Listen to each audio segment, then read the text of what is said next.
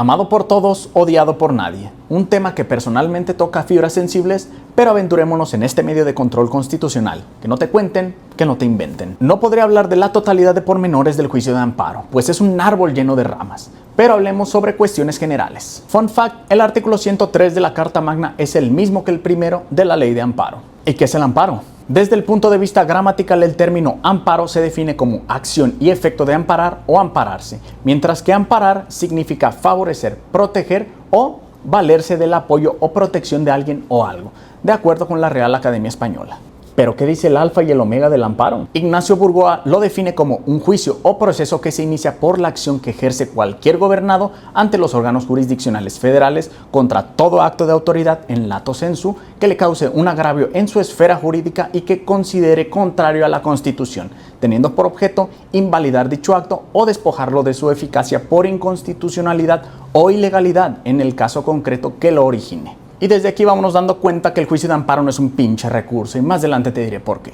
¿Quiénes son partes en el juicio de amparo? El quejoso, persona que resiente un agravio en contra de algún derecho humano reconocido por la Carta Magna o tratados internacionales, el cual lo está violentando alguna autoridad o bien particulares que llevan a cabo funciones de autoridad. Autoridad responsable, aquella que dicta, ordena, ejecuta o trata de ejecutar el acto que el quejoso está reclamando, el cual crea, modifica o extingue situaciones jurídicas de forma unilateral y obligatoria. Tercero interesado, aquella persona que tiene un interés contrario al quejoso y pretende que se niegue o se sobresea el amparo. Ministerio Público Federal, quien podrá intervenir en todos los juicios e interponer recursos que señala la ley, es quien procura la pronta y expedita impartición de justicia. ¿Y quién conoce del juicio de amparo? Amparo directo, juzgados de distrito y los tribunales de apelación, antes unitarios. Amparo directo, tribunales colegiados de circuito y la Suprema Corte de Justicia de la Nación en uso de su facultad de atracción. Wow, amparo directo, indirecto, what the fuck, ¿contra qué proceden o qué business aquí? El amparo directo procede contra laudos, que ya no sé si siguen siendo laudos o sentencias por los 1000 años que tienen reformándose las juntas de conciliación o ahora juzgados laborales. Ya no sé nada, pero bueno.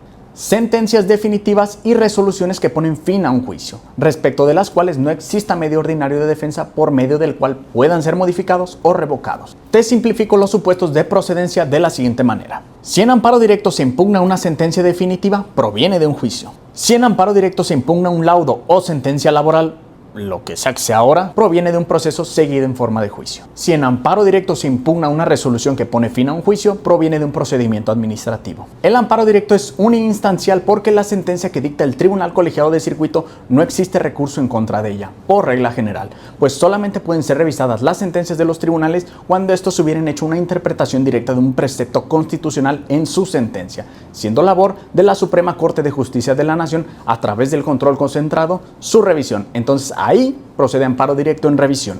También se le conoce como amparo impugnativo porque ya se desahogó un proceso y vas a impugnar la decisión recaída a ese proceso. ¿Y el amparo indirecto? Y remontándome a la respuesta que se me dio en mis años de universidad, la cual me dejó con más dudas que respuestas, es contra todo lo demás. Procede contra normas generales que por su sola entrada en vigor o con motivo de su primer acto de aplicación causen perjuicio, es decir, contra normas autoaplicativas o heteroaplicativas. Y no le estoy adicionando una orientación sexual más al LGBT+. Todo bien. La procedencia del juicio de amparo tiene un catálogo muy extenso de actos, el cual se encuentra contenido en el artículo 107 de la Ley de Amparo. El juicio de amparo indirecto también se le conoce como biinstancial porque existen dos instancias constitucionales, es decir, el juzgado de distrito y, en su caso de obtener una sentencia desfavorable, conocerá el tribunal colegiado del recurso de revisión que se interponga. Muy bien, hablemos de equivalencias en el juicio de amparo. No se les denomina actor o demandante, sino parte quejosa. No se les denomina autoridades demandadas, sino autoridades responsables. No se le denomina contestación de demanda, sino informe justificado. El juicio de amparo se rige por varios principios, los cuales se deben de cumplir para su procedencia. Algunos tienen excepciones, pero hablemos en términos generales. Principio de instancia de parte agraviada. No tiene excepciones, implica que el amparo nunca podrá iniciarse de oficio, siempre tiene que solicitarlo una persona y no necesariamente tiene que ser el quejoso, pero se tiene que acreditar la personalidad. Por ejemplo, en contra de los actos del 22 constitucional, puede ser otra persona quien lo interponga. Principio de agravio personal y directo. El acto de autoridad del que te dueles debe de ser real, actual y de ejecución inminente. El amparo no procede contra actos futuros de realización incierta. Es decir, no llores cuando todavía no te pegan. Principio de definitividad. El amparo solo procede contra actos definitivos. No me digas. Los cuales son actos que no procede recurso o medio ordinario de defensa alguno por el cual puedan ser modificados, anulados o revocados. Este principio tiene excepciones. Estricto derecho. Únicamente se valorarán los argumentos que el quejoso esgrima en sus conceptos de violación, no más, aun y cuando haya más violaciones. Por eso es que en materia fiscal y administrativa ves unos mamotretos de demandas. La excepción es la suplencia de la queja deficiente en materia laboral, agraria, penal, en favor de menores y otros supuestos. Relatividad de las sentencias, también conocido como fórmula Otero. Esto implica que las sentencias únicamente podrán amparar a quien acudió al juicio de amparo, sin hacer manifestaciones generales de inconstitucionalidad, y este principio prevé excepciones. Hablemos de la estructura y los asuntos que conocen. Primero tenemos a la Suprema Corte de Justicia de la Nación, conformada por 11 ministros, divididos en 2 salas, 5 ministros en cada una y el restante es el presidente. Primera sala ve asuntos en materia civil y penal y la segunda ve asuntos en materia administrativa y laboral. Ellos conocen y resuelven amparos directos en revisión, controversias constitucionales, acciones de inconstitucionalidad, amparo directo por facultad de atracción y declaratoria general de inconstitucionalidad. Los tribunales colegiados de circuito, integrados por 3 magistrados.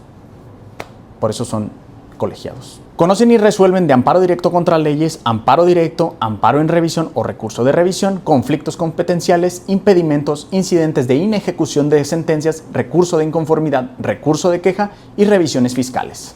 Tipos de competencia. Por territorio, los tribunales de amparo únicamente podrán conocer de juicios de amparo cuando una autoridad gire, emita, ejecute o pretenda ejecutar un acto de autoridad que surta efectos en el circuito judicial del quejoso. Por materia.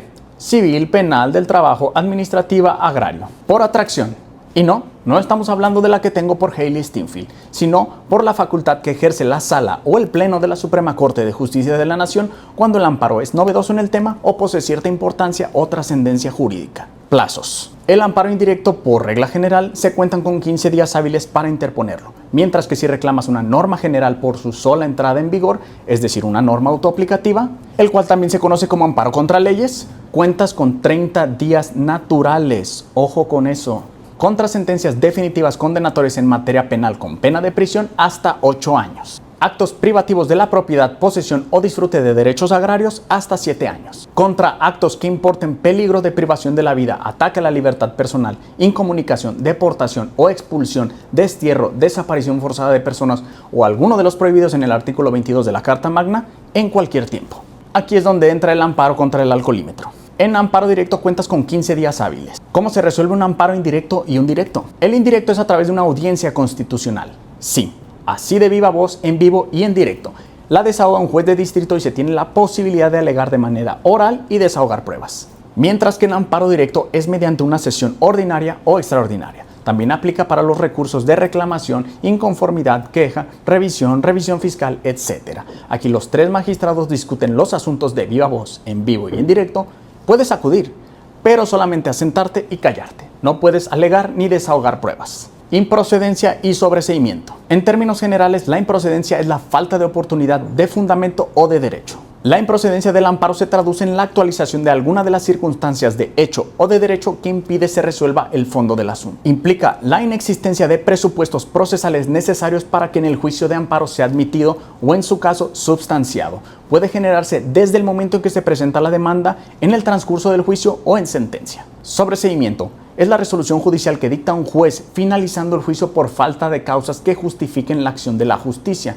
Por ejemplo, el desistimiento de la acción, el fallecimiento del quejoso, la inexistencia del acto reclamado, que no se probó debidamente la existencia del acto reclamado, sobrevengan causas de improcedencia, entre otros. Suspensión del acto reclamado. Es una medida cautelar en el juicio de amparo que permite mantener viva la materia del amparo. Es decir, mantiene las cosas en el estado que se encuentra y se tramita por cuerda separada.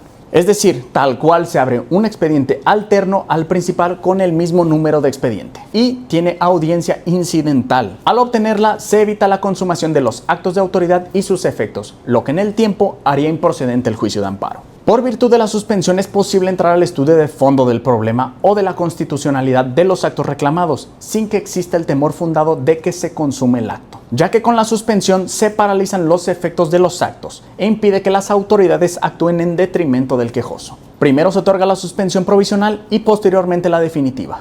Entonces, ¿por qué el juicio de amparo no es un recurso? Muchos estúpidos se confunden al leer el artículo 25 de la Convención Americana sobre Derechos Humanos, pues este artículo establece que toda persona tiene derecho a un recurso sencillo y rápido, o a cualquier otro recurso efectivo ante los jueces o tribunales competentes, que la ampare contra actos que violen sus derechos fundamentales reconocidos en la Constitución. Y por el hecho de que en el mismo párrafo dice recurso y ampare, interpretan de la manera más pendeja posible que el Pacto de San José alude a que el amparo es un recurso.